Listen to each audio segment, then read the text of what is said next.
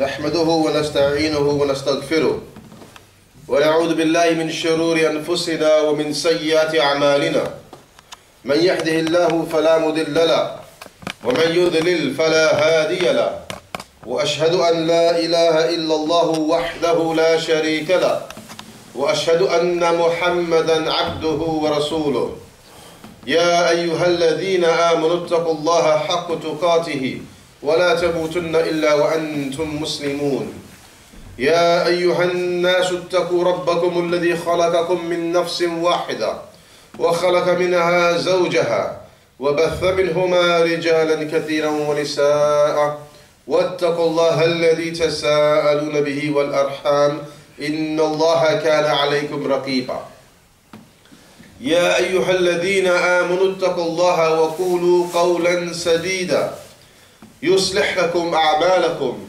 ويغفر لكم ذنوبكم ومن يطع الله ورسوله فقد فاز فوزا عظيما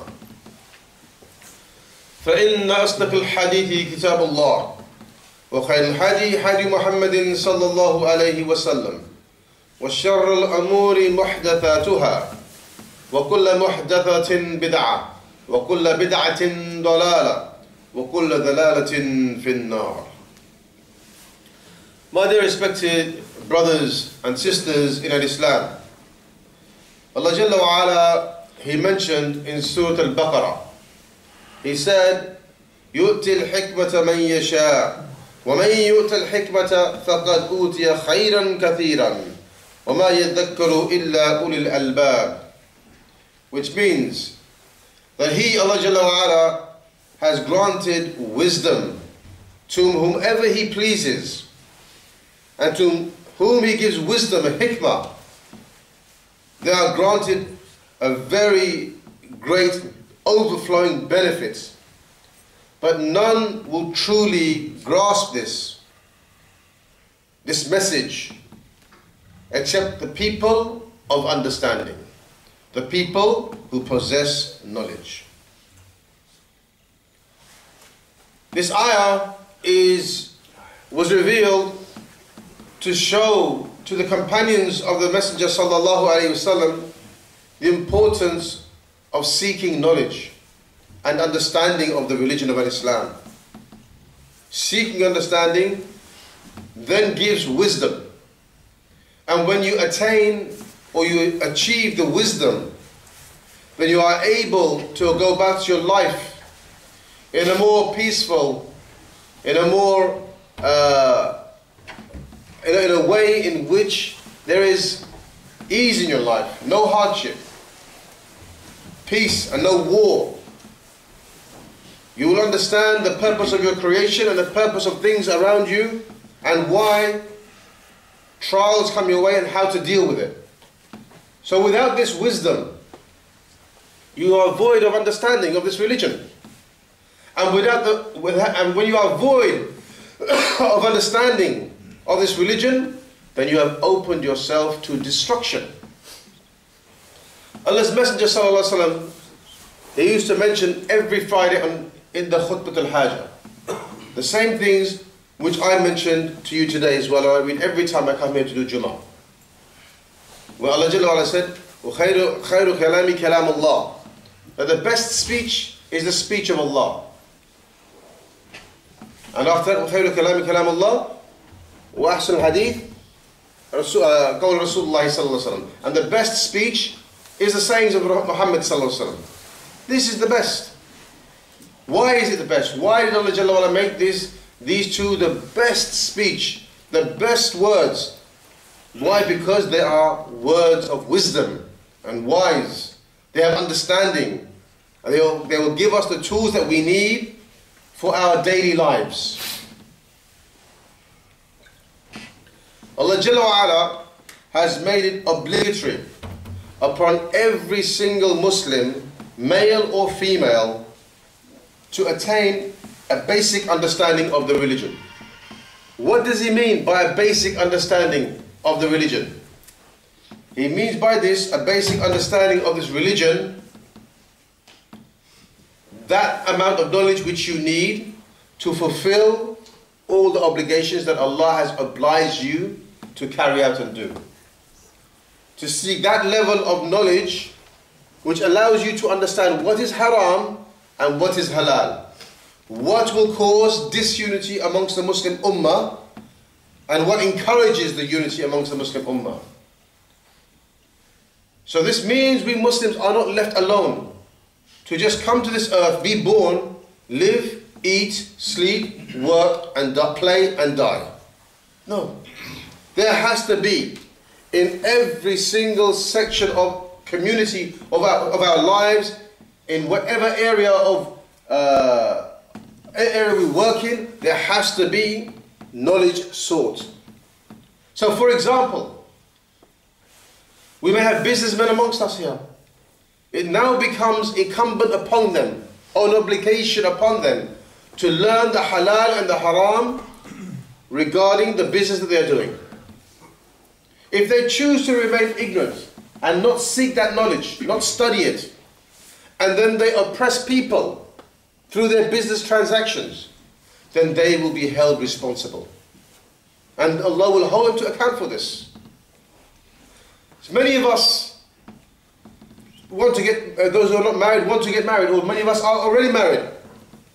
When we want to take on this responsibility of a marriage, this means you're going to have a family, another wife, another partner who is going to be under your wing, under your command, your responsibility. So you have to seek knowledge of how to treat your wives. How do I speak with them? How do I talk with them? Do I consult them, not consult them? What are their rights? What are my rights? How to engage with them in everything a couple engages in. And if you don't seek this knowledge, we then witness what? Divorce, separations, arguments. We see the husband oppressing the wife, sometimes the wife oppressing the husband, all because the individuals have not sought the knowledge which is an obligation upon them to seek.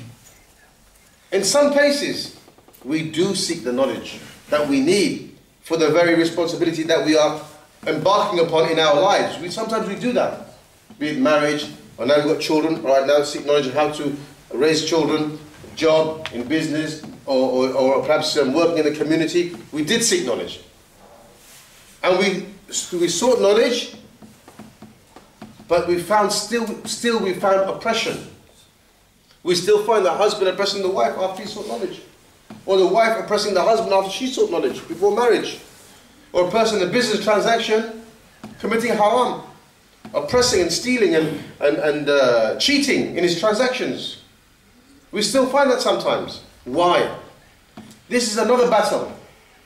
This battle is about following up your desires. Love of the wealth and the money and status and power, authority.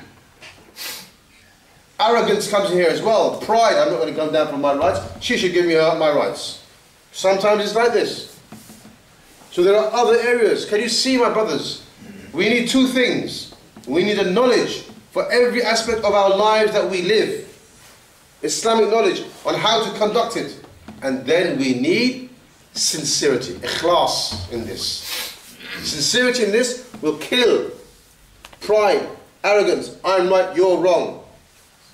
And what aids you? What is the help to make this ikhlas strong? What is it, my brothers? To make this ikhlas strong is ibadah, worship. Pray in the nights when no one sees you. Speak to Allah. Communicate with Him. Recite Quran in the evenings, in the mornings, in times where you're only between you and Allah. Make your connection with Allah strong through ibadah, then your ikhlas will become rectified. And then when your ikhlas, your sincerity becomes rectified, then the arrogance is easy to overcome. The anger is easy to overcome. The aspect of, of not cheating and not harming people, not oppressing them becomes more easier.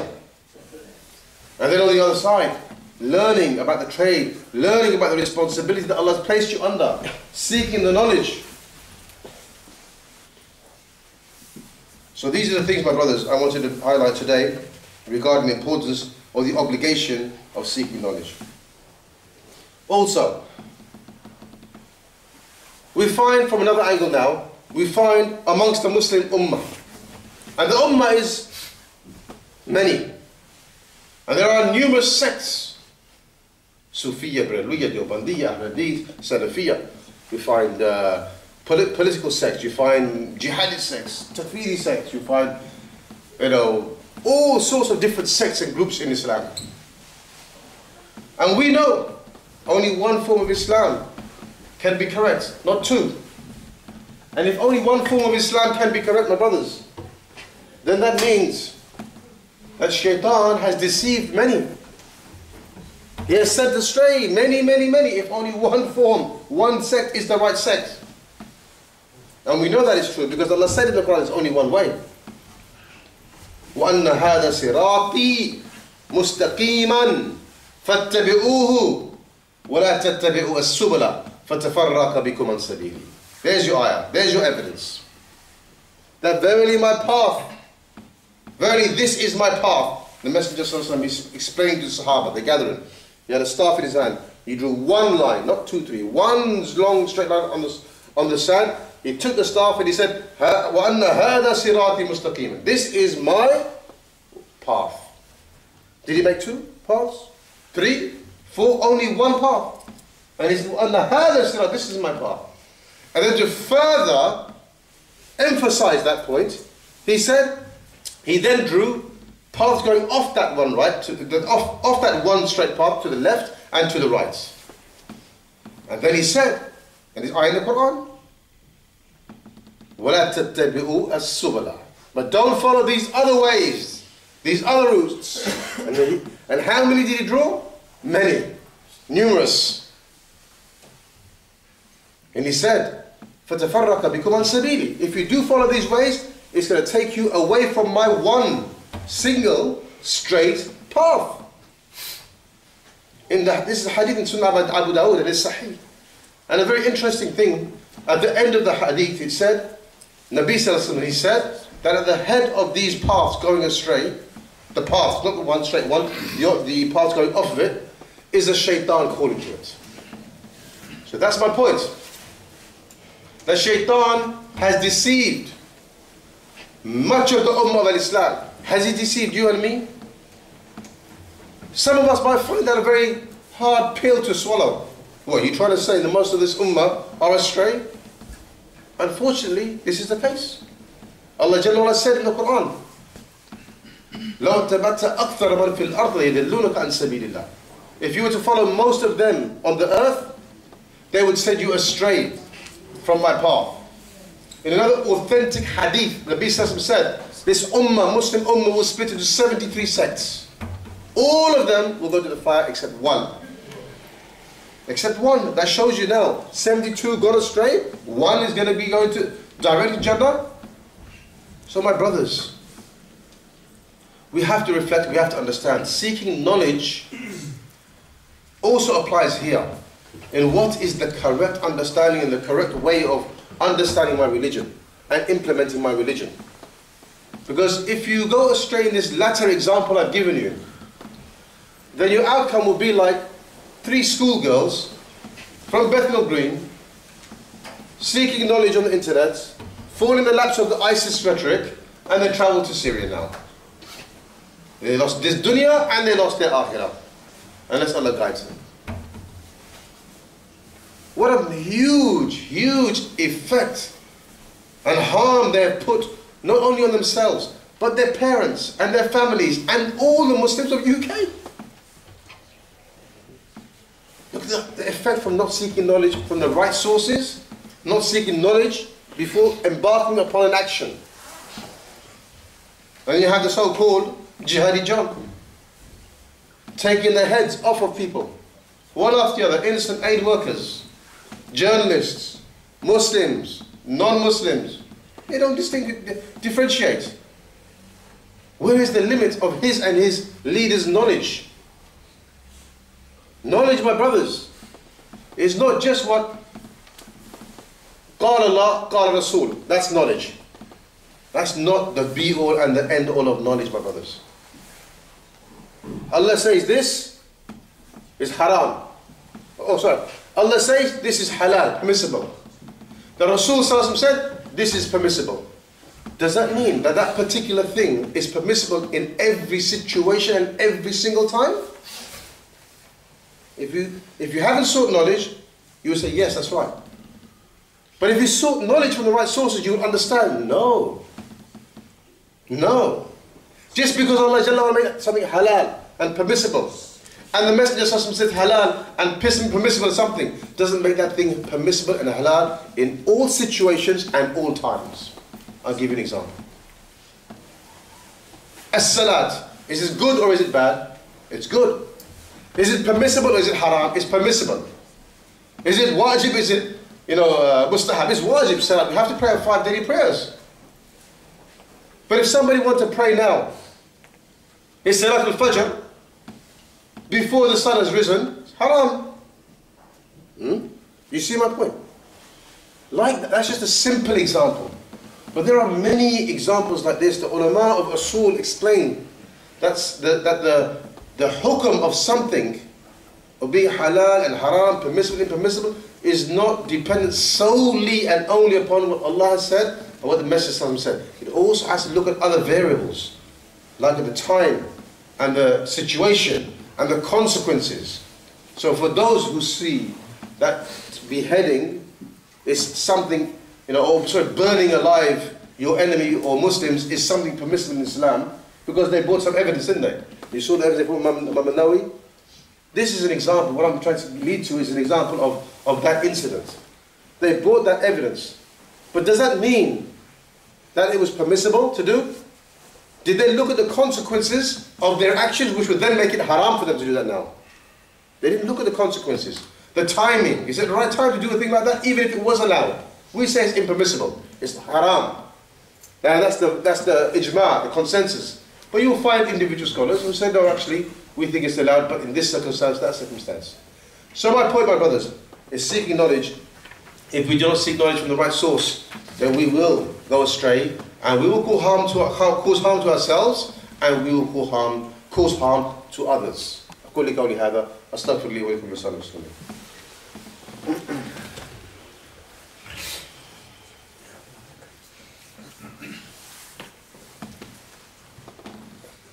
الحمد لله رب العالمين الصلاة والسلام على رسول الكريم أما بعد.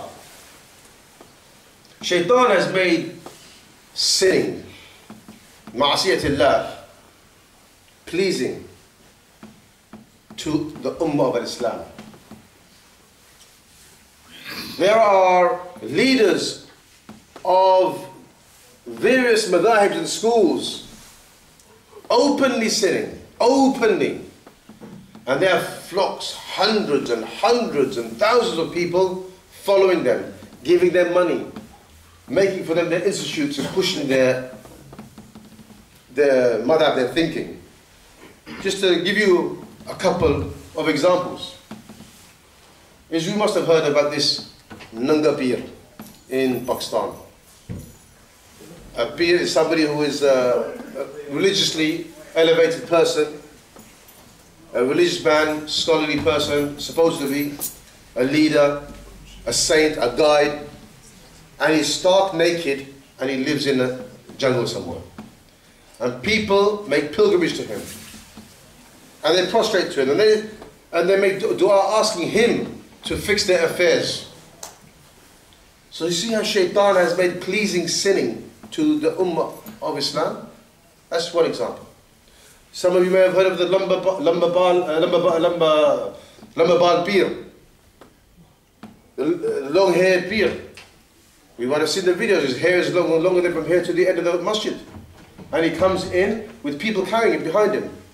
They come carrying it and they sit down, and then what do? He starts to sing and dance and sing and dance, and they're all dancing and singing as well behind him, jumping up and down, throwing him money. He's their leader. You can see here how Shaitan has beautified haram things, impermissible things for the ummah. But were these people to seek knowledge, not blindly follow their peers and the people who they are blindly following, then they would be guided aright. But they don't seek knowledge. And this is the problem in this ummah. We have a huge responsibility on our shoulders, my brothers. Cast yourselves back years when you first embraced Islam or when you first became practicing. Answer. When you first had that love of Islam, that light of Allah entered your heart, were you not willing to sacrifice everything for Allah and His Messenger sallallahu alaihi wasallam? Your work, your job, your family, huh? Were you not willing to give up your pastimes, your hobbies, your football, whatever it was? Did you not give up so much for the sake of Allah? And then what did you do? You read books. You listened to tapes, maybe cassettes in those days, or CDs. And more recently, maybe YouTube videos, etc. You spent time seeking knowledge. And when you spent time seeking knowledge, Allah loved you. Because those were the times of your heights in Iman. They were my times of height in Iman. Those are the times we knew, we could tell, when you look at your life back then, you could see clearly Allah's love of you there. But then when you got busy with the dunya and you abandoned seeking knowledge and traveling to get knowledge, to this conference, that seminar, this place, and you became lazy or indulging in the dunya, putting your head up, feet up, watching the TV, the games, the football, the films, etc. I'm not saying these things are all haram, I'm just saying that, you know, we sometimes, too much, we engage in it too much, you become lazy, family problems, family commitments, here, everything comes in business, making money, education, and more education. And then the seeking and knowledge went down. And then the sinning encroached in our lives. The disobedience. And we wonder, where did this disobedience come from? Where did it come from? But we don't think. We don't reflect over these years and what's happened to us. So we need to take heed as well, my brothers. Because if we don't stop, if we don't stop and reflect and we abandon seeking knowledge, who knows, our end could be, if not following the likes of the peers that I mentioned earlier, them two, if it's not going to be following them, maybe we'll start making excuses for them, or excuses for their followers. And that is just as bad as following them. So my brothers, you know, we need to reignite that love of knowledge of Islam in our lives, seeking knowledge, and then Allah will love us again and we will love Allah. Because knowledge of Allah, when you don't have knowledge of Allah, you will want to please Him. You will want to obey Him. Obedience to Him becomes more easy. When you have no knowledge of Allah, or very little knowledge of Allah, where it's important is not important to you, then sinning becomes easy. Disobeying Him becomes easy. And then finally, on the subject of when we seek knowledge, why are we seeking knowledge? Are we seeking knowledge, my brothers, so we can argue with the people in authority of this masjid or out there, or scholars or imams and the people who want to challenge people? Is this the purpose of us seeking knowledge? Is the purpose of us seeking knowledge and giving dawah, is it because we want to be seen like the leaders, the doers and the shakers and the movers in the community? What is the reason why we're seeking the knowledge? Are we seeking the knowledge, my brothers, because, you know, we've been neglected all our lives and now we want to have some attention seeking? Are we seeking this knowledge and giving dawah because we just don't want somebody else to be doing this, who we don't like him? Envy, jealousy, hatred, dislike. What is it, my brothers? The test to test yourself with, to find out if you are falling in any one of these descriptions, is very simple. When you have that urge to seek knowledge, if Allah blesses you with that desire to seek knowledge, you will go and seek knowledge from a person who you know 100% he is correct in his knowledge. He has tazkiyah or praise from scholars, and people have said this is a safe place to seek knowledge. But you know what? You don't like the guy, but you still want to seek knowledge from him. That's your test. Then you know, and you know you're being sincere in seeking knowledge. When you see the knowledge there from somebody who may have harmed one of your friends, or it's been explained to you he's done X, Y, Z to your friend. But everybody knows this person is the one who has the knowledge. Scholars have testified for him. Nobody has said anything against this person. Go, you seek knowledge from him. Seeking knowledge, my brothers, if any aspect of this dunya turns you away from seeking knowledge from a righteous man, then that is the whispering from shaitan. But if matters of the deen, if they are the things which are telling you do not seek knowledge from this person, for example, he's doing bid'ah, innovation, calling to innovation, shirk, calling to shirk, or he's supporting misguidance, then that's different, because this is about the religion. The religious reasons that prevent me from seeking knowledge from this person, no problem, it's good. You'll be rewarded for staying away from these people. But an aspect of the dunya, pride, arrogance, my brothers, we must reflect on the hadith of Rasulullah when he said, 3 men will be raised Yawm al-Qiyamah, and they will be the first 3 to be thrown in the hellfire. A mujahid who fights for the sake of Allah, a scholar who sought knowledge, gives dawah and leadership, and the third one was a hafiz of Quran. The hafiz of Quran was asked, why did you memorize the Quran? He said, for your sake, O Allah, to see closest to you. That's why I memorized the Quran. He said, you lied. You did it so people could say you're a hafiz. So then they tie a rope around his head, drag him onto the ground, head first on the ground into the hellfire, thrown in the hellfire. And then the scholar. So why did you seek knowledge? Why did you seek knowledge? The scholar will be asked. And the scholar replies, to seek closest to you, to please you, my Lord. And Allah will say to him, you lied. You sought the knowledge because you wanted to be praised by the people, because you wanted to be in an authoritative position over the gatherings. This is why you sought knowledge. Dragged by his head, face first on the ground, and thrown in the hellfire. And the same with the mujahid. So we must take heed, my brothers. Think about the very intentions as to why we're seeking knowledge. And then understand the importance of seeking this knowledge. And then understand the importance of giving dawah correctly upon knowledge. So these are my messages, my brothers, in a nutshell. We ask Allah Jalla wa Ala to accept this from us all and give us all a desire to seek knowledge. And I will say to you now, my brothers, this Masjid al-Falah is the place where you can seek knowledge. I know these people for many, many years. Their dawah is a dawah of Qala Allah, Qala Rasul, upon the understanding of the companions of Rasulullah. They have connections with students of knowledge. They have connections with ulama, scholars. And if they're saying that they will not cooperate with a particular group of people or daya or so on and so forth, then take from them the reasons with evidence. If they provide you evidence, abstain from it. If they don't provide you with any evidence, you are no obligation to listen to them. Because we are people of evidence. So inshallah, attend the study circles here. Seek knowledge and benefit. أقول لي قولي هذا وأستغفر لي ولكم لسان المسلمين وأقيموا الصلاة.